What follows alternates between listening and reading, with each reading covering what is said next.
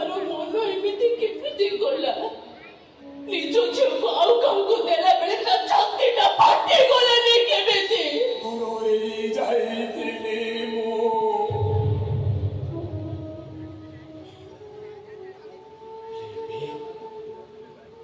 ଏବେ ତ ମୋ ଝିଅ ଖୁସିରେ ଅଛି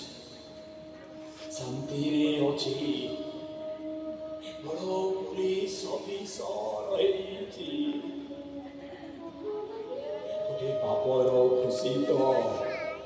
ସେତିକିରେ ଥାଏ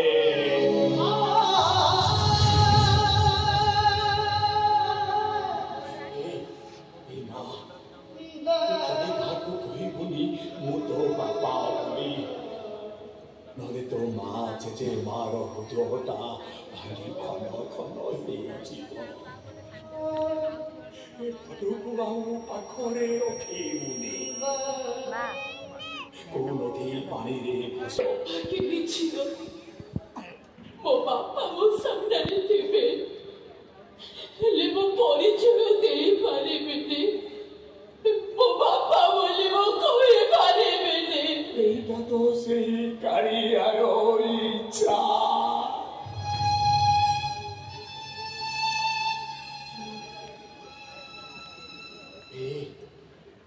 ଗୋଟେ କଥା କହିବି ରଖିବୁ